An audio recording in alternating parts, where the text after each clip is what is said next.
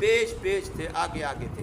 اس سے بھی آگے چلیے، اب پاکستان بننے لگا ہے تو پہلا جو دستور پاکستان پیش کیا گیا ہے جو 7 نکات پر مشتمل ہے، وہ بھی سب سے پہلے ایک دیوبندی عالم نے پیش کیا ہے، مولانا ظفر احمد عثمانی رحمہ اللہ نے پیش کیا ہے۔ پھر پاکستان بن گیا، یہ مغربی پاکستان تھا اور بنگلہ دیش مشرقی پاکستان تھا۔ اب آج تاریخ آ گئی کہ پاکستان کا جھنڈا کراچی میں بھی لہرانا ہے، اس وقت کراچی دارالحکومت تھا، جیسے اب اسلام آباد دارالحکومت ہے، اور ادھر ڈھاکہ میں بھی لہرانا ہے، ڈھاکہ بنگلہ دیش مشرقی پاکستان کا دارالحکومت تھا۔ تو قائد اعظم نے یہاں کے لیے ایک عالم دین کو مقرر کیا، وہ مولانا شبیر احمد عثمانی دیوبندی عالم تھا۔ وہاں کے لیے بھی ایک عالم دین کو مقرر کیا، وہ مولانا ظفر احمد عثمانی دیوبندی عالم تھا۔ یہاں بھی دیوبندی عالم نے سب سے پہلے پاکستان کا پرچم لہرایا، اور وہاں بھی دیوبندی عالم نے سب سے پہلے پاکستان کا پرچم لہرایا۔ اگر قائد اعظم دیوبندی مولویوں کو پاکستان کا مخالف سمجھتا تو ان سے پرچم نہ لہرواتا۔ یہاں بھی پرچم لہرانے والا دیوبندی عالم ہے، وہاں بھی پرچم لہرانے والا دیوبندی عالم۔ اس سے بھی آگے چلیے، قائد اعظم پر موت آئی ہے، موت سے پہلے اس نے وصیت کی ہے کہ میرا جنازہ فلانا دیوبندی عالم پڑھائے۔ اگر قائد اعظم سمجھتا کہ دیوبندی عالم میرے پاکستان بنانے کی تحریک کے مخالف تھے، میرے ساتھ نہیں تھے، تو وہ کسی اپنے جنازے کے لیے کسی اور مولوی کا انتخاب کر سکتا تھا۔ نہ اس نے کسی بریلوی مولوی کا کہا، نہ اہل حدیث مولوی کا کہا، نہ شیعہ مولوی کا کہا، اس نے مولانا شبیر احمد عثمانی کا، جو آج بھی کراچی میں قائد اعظم کی مزار کے قریب مدفون ہے، ان کا کہا کہ میرا جنازہ مولانا شبیر احمد عثمانی پڑھائے، اور انہوں نے پڑھایا۔ تو دیوبندی عالم قائد اعظم کے ساتھ تھے، جدا تھے؟ یہ میں نے تھوڑی تھوڑی جو 2-4 باتیں آپ کو موٹی موٹی بتائی ہیں کہ باہر جب آپ نکلتے ہیں تو کئی سارے ایسے شتونگڑے ملتے ہیں، وہ جی تم دیوبندی جو پاکستان کے مخالف ہو، تمہارے تو بڑے پاکستان کے مخالف تھے۔ یہ مسجد ہم بنا رہے تھے، مثال کے طور پر سمجھانے کے لیے عرض کر رہا ہوں، یہ مسجد بنا رہے تھے، اب حاجی سے بھی آ گئے، وہ بھائی سے بھی آ گئے، یہ بھائی سے بھی آ گئے، ہاں جی مسجد کی بنیاد رکھنی ہے، بتاؤ یہاں لمبائی کتنا ہونی چاہیے، چوڑائی کتنا ہونی چاہیے، ہال کتنا ہونا چاہیے، برآمدہ کتنا ہونا چاہیے، واش روم لیٹرین کس طرف ہونے چاہیے، وضو خانہ کس طرف ہونا چاہیے۔ مشورہ ہو رہا ہے تو مشورے میں ایک کہتا ہے ادھر بناؤ، ایک کہتا ہے ادھر بناؤ، ایک کہتا ہے لمبائی اتنا رکھو، ایک کہتا ہے چوڑائی اتنا رکھو، دوسرا کہتا ہے اس سے کم رکھو۔ اب تھوڑا تھوڑا رائے کا اختلاف ہے، اس کا مشورہ اور ہے، اس کا مشورہ اور ہے، اس کا مشورہ اور ہے۔ اب بننی تو کسی ایک مشورے پر ہے، سب کے مشورے پر تو نہیں بنے گی، کسی ایک کے مشورے پر بنے گی نا۔ اب کہو باقی سارے مسجد بنانے کے مخالف تھے، یہ سچ ہوگا؟ یہ جھوٹ ہوگا۔ کوئی بھی مسجد بنانے کا مخالف نہیں تھا، صرف رائے کا اختلاف تھا کہ یوں بننی چاہیے یا یوں۔ تو اس وقت ہمارے علماء میں یہ اختلاف ہوا کہ وہ جو الگ تم مشرقی پاکستان لے رہے ہو بنگلہ دیش، وہ ادھر ہوگا، تم ادھر ہوگے، درمیان میں تمہارا دشمن انڈیا ہوگا، ادھر والے الگ روئیں گے مریں گے، ادھر والے الگ روئیں گے مریں گے، یہ پاکستان کیسے چلے گا؟ ایک طرف لے لو، سارا اکٹھے لے لو، ادھر سے پورا پنجاب لے لو، آدھا پنجاب جو تم انڈیا کو دے رہے ہو ہندوستان کو وہ نہ دو، بنگلہ دیش اس کو دے دو اور پورا پنجاب لے لو، تاکہ پاکستان ایک طرف سارا بڑا ہو جائے۔ وہ الگ ادھر ہوا، یہ الگ ادھر ہوا تو نہیں چل سکے گا، اور ہوا ایسے نہیں چلا، چند دنوں کے بعد ٹوٹ گیا۔ آج وہ الگ ہے، پاکستان نہیں ہے، بنگلہ دیش ہے، حالانکہ وہی پہلے کیا تھا، پاکستان کا حصہ تھا، اس کو مشرقی پاکستان کہتے تھے۔ تمہارے مطالعہ پاکستان کی ہر کتاب میں یہ بات سکول میں پڑھائی جاتی ہے، لکھی ہوئی ہے۔ اس طرح سے اختلاف تھا کہ بھی یوں بننا یا یوں بننا چاہیے، لیکن جب بن گیا تو سید اللہ شاہ بخاری دیوبندی عالم ہے کہ نہیں ہے؟ سید اللہ شاہ بخاری رحمہ اللہ دیوبندی عالم ہے، اس نے سٹیج پہ کھڑے ہو کے کہا تھا کہ مسجد کے بننے میں اختلاف تھا، یوں بنے یوں بنے، جب بن گئی تو مسجد ہے، اب اس کا احترام کرنا اور اس کی حفاظت کرنا ہمارے ایمان کا حصہ ہے۔ یہ پاکستان مسجد ہے، جب بن رہا تھا تو ہمارا اختلاف تھا کہ یوں بنے یا یوں بنے، لیکن جب بن گیا ہے، جس نقشے پہ بن گیا ہے، اب اس کا احترام بھی ہم پر لازم ہے اور اس کا تحفظ بھی ہم پر لازم ہے۔ یہ سید اللہ شاہ سے بخاری رحمہ اللہ نے جلسہ عام میں فرمایا تھا۔ تو اس لیے میں نے آپ کو یہ 2-4 باتیں بتائیں تاکہ آپ لوگوں کے ذہن میں یہ بات ہو کہ یہ بعض لوگ جھوٹ بولتے ہیں۔ آج کل سوشل میڈیا کا دور ہے، کئی سارے مولوی لوگ مجھے میرے موبائل میں